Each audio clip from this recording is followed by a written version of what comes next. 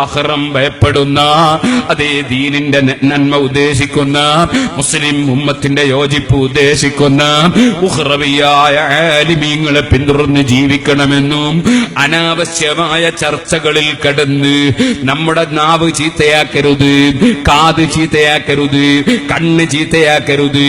ഗീബത്ത് പറയൽ ഹറാമാണ്, അത് കേൾക്കൽ ഹറാമാണ്, അതിന്റെ കേൾക്കുന്ന സദസ്സിൽ പോയി ഇരിക്കൽ ഹറാമാണ്.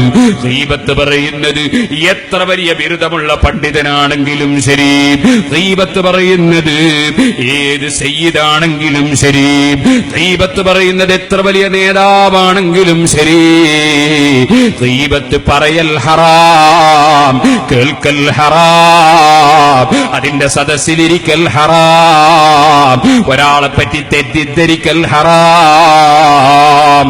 ഹറാമിലൂടെ മുസ്ലിം ഉമ്മത്ത് ചലിക്കരുത്. ഇതുപോലെ ഒറ്റ കാര്യം കൂടി പറഞ്ഞ് ഞാൻ നിർത്തട്ടെ.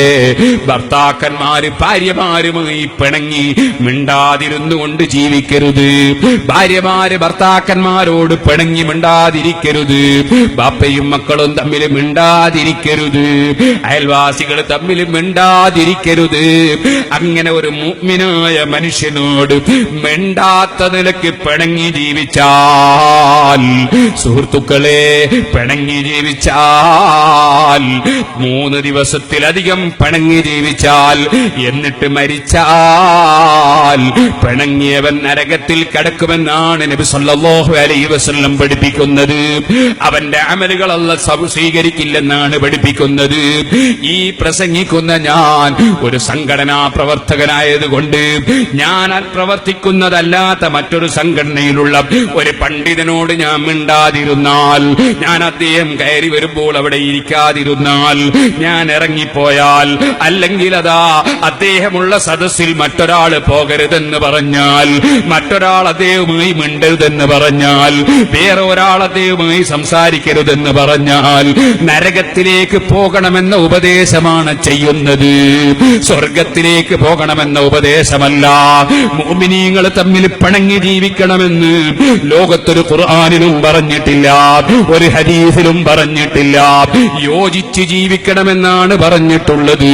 യോജിപ്പിക്കാൻ വേണ്ടി ശ്രമിക്കുന്നവർക്ക് പടച്ച റബ്ബിന്റെ അടുക്കൽ വലിയ പ്രതിഫലമുണ്ടെന്നാണ് ഖുർആൻ പറഞ്ഞിട്ടുള്ളത്. ലാ ഖൈറ ഫീ കസീരിൻ മിൻ നജ്വാഹും, അവരുടെ സംസാരത്തിൽ പലതിലും ഖൈറില്ല നബിയേ, ഇല്ലാ മൻ അമറ ബിസദഖത്തിൻ, ധർമ്മം ചെയ്യാൻ പറയുന്ന സംസാരം നല്ല സംസാരമാണ്. ഇല്ലാ മൻ അമറ ബിസദഖത്തിൻ ഔ മഅറൂഫിൻ, നല്ല കാര്യം പറഞ്ഞു കൊടുക്കുന്ന സംസാരം നല്ല സംസാരമാണ്. ഔ ഇസ്ലാഹിൻ ബൈനന്നാസ്, ജനങ്ങൾക്കിടയിൽ മസ്ലഹത്തിന് വേണ്ടി, ജനങ്ങൾക്കിടയിൽ സന്ധി ഉണ്ടാകാൻ വേണ്ടി, ജനങ്ങൾക്കിടയിൽ നന്മ ഉണ്ടാകാൻ വേണ്ടി, ജനങ്ങൾക്കിടയിൽ കടിച്ചു കീറാതിരിക്കാൻ വേണ്ടി, ജനങ്ങൾക്കിടയിൽ അങ്ങോട്ടും ഇങ്ങോട്ടും കുറ്റം പറയാതിരിക്കാൻ വേണ്ടി, ജനങ്ങൾക്കിടയിൽ മസ്ലഹത്തിന് വേണ്ടി സംസാരിക്കുന്നവന്റെ സംസാരം നല്ല സംസാരമാണ്. ഖുർആൻ അതിന് സർട്ടിഫിക്കറ്റ് കൊടുക്കുകയാണ്. അതാര് സംസാരിച്ചാലും എല്ലാവരും യോജിക്കണമെന്ന് പറയുന്ന സംസാരം അത് നല്ല സംസാരമാണ്.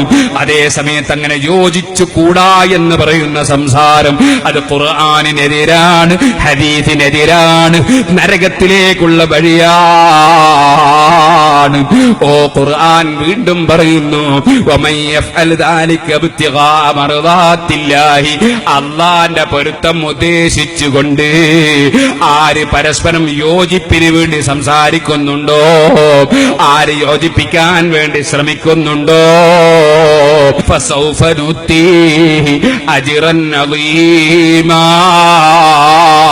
യോജിപ്പിക്കാൻ വേണ്ടി സംസാരിക്കുന്നവർക്കും പ്രവർത്തിക്കുന്നവർക്കും അല്ലാഹ് മഹത്തായ പ്രതിഫലം കൊടുക്കും നബിയേ. യോജിപ്പിക്കാൻ വേണ്ടി ശ്രമിക്കുന്നവരെ ഭീഷണിപ്പെടുത്തുന്ന സ്വഭാവം അത് ഖുർആനിന് വിരുദ്ധമാണ് കേട്ടോ, ഹദീസിന് വിരുദ്ധമാണ് കേട്ടോ, അത് നരകത്തിലേക്കുള്ള വഴിയാണ് കേട്ടോ. അതുകൊണ്ട് മുസ്ലിമീങ്ങൾ എപ്പോഴും പരസ്പരം യോജിപ്പിക്കാൻ യോജിപ്പോടെ ജീവിക്കണം.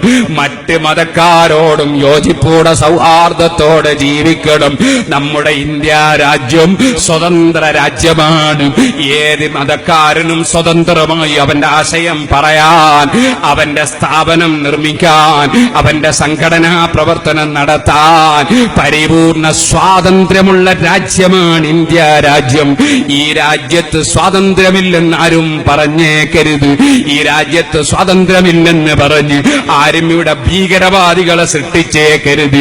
ഈ രാജ്യം പോലെ സ്വാതന്ത്ര്യമുള്ളൊരു രാജ്യം വേറെ ലോകത്തുണ്ടോ എന്ന് സംശയമാണ്.